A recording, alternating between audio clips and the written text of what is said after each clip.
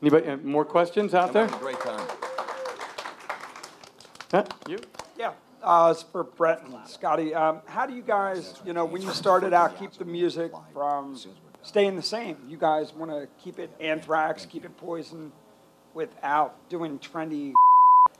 You just don't think. I know that sounds weird, but we never think about what we do musically. We just do it. It's how it's been since the beginning. Like, over the years, especially in the early days before we had a deal, and, we were certainly an underground band, and all the music we listened to was underground, and people didn't get it at all, not at all. When our first record was getting shopped to major labels, A&R guys would just put their fingers in their ears, like just not understand. I mean, it was in 1984. It was thrash metal. Nobody knew what it was yet, and we could only do what we do. People say, well, why don't you write things more like this or more like that, or why don't you sound like this band or make it more accessible? And it's like, we don't think about it that much. We could only create what we create. If Anthrax suddenly came out with, a record that sounded like Poison, it would be a little obvious. What we were, and vice versa. If Bret wrote a record that sounded like Anthrax, people would be a little, huh? So, it's you got to do what's in your soul and what's in your heart as a musician. That's really what it comes down to. Absolutely. I totally agree. I'm just here to agree. Hey, Sully. I want to add to that, though, and I think one of the strangest thing, and no matter where you come from, no matter what your style is, our style of music just happened to be, we're playing exactly what we loved. I was influenced by, Aerosmith and Skynyrd and Kiss as much as I was more Americana stuff or even some country stuff. My dad loved country. And I'm more based in that's what I truly do. And we went into shop stuff. There wouldn't be anybody. I don't know if Scott or you guys went through this. I mean, we'd have labels. They wouldn't even let us in the door. We finally just made our own. We put together a couple bucks that we had and made our own. Cat Dragged In was our own record label. But the beauty of that, here's the beauty, we kept all of our publishing. Yeah. We kept all of our publishing. We kept all of our royalties. It's our label through capital EMI. And in a sick way, it was the biggest blessing because I would have sold it all for $50. Right. Just to say I'm on a label. I was more worried about saying I was on a label. I wanted to go home and tell my parents because everyone thought we were just complete failure. You're living in a dry cleaner. If they would have said, here's a leather jacket and a couple bucks, I'd have sold it.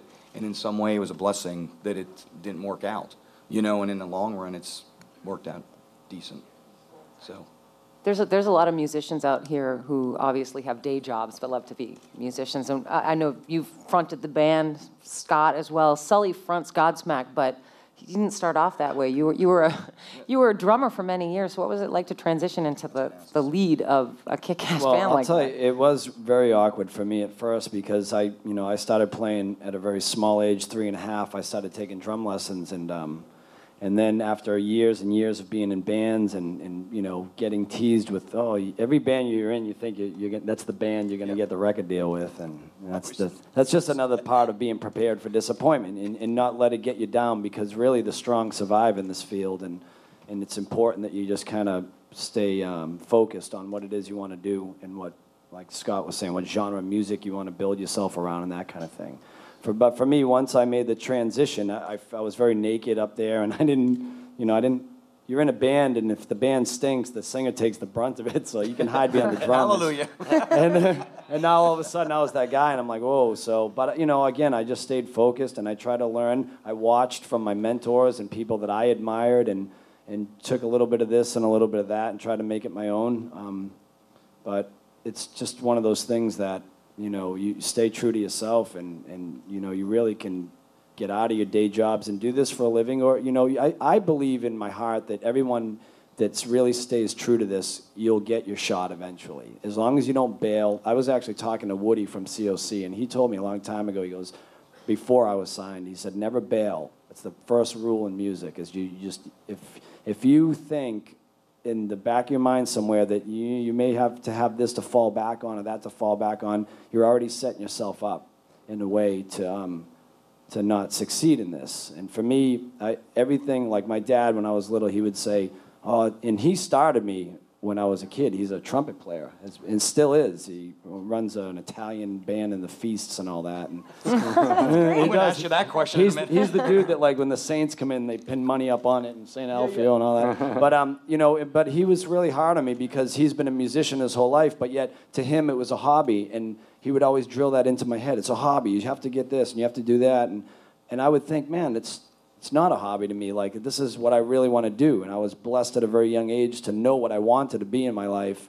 And I just said, you know what, that. Everything else will be a hobby, and music will be first. And then with that, you know, it's just a matter of time and connecting with the right people and going through trial and error. And eventually you'll meet with whatever group it is or song you write and bring you to that. It's a lot of it's timing, a lot of it's luck, but I think the people who stay true to it and stick to their guns are the ones who get, you know. You know, I agree with chance. that. I've been in one band for 25 years. This year is going to be 25 years for my band Night Ranger. So, and we've always I didn't say that for that reason, but I just thought it's so interesting. It's like 25 years later, and we're still like out there playing great, and that's what we do though. You know, what else will you do? I mean, if you said, okay, I'm going to give up music, it wouldn't happen, man. I'm sorry. You guys would not be able to do it. I installed carpets. I worked for an attorney for almost 5 years. I did collections. I got shot at doing repos. I'm telling you, man. Like, I did whatever it took to put $5 in my pocket so I could go and rehearse another week and get some food in my mouth. But it's because it's what I chose to do. You know, some people may love music, but they don't love it in that way. I mean, not many people want to get shot at to get a record deal. But Got another question here.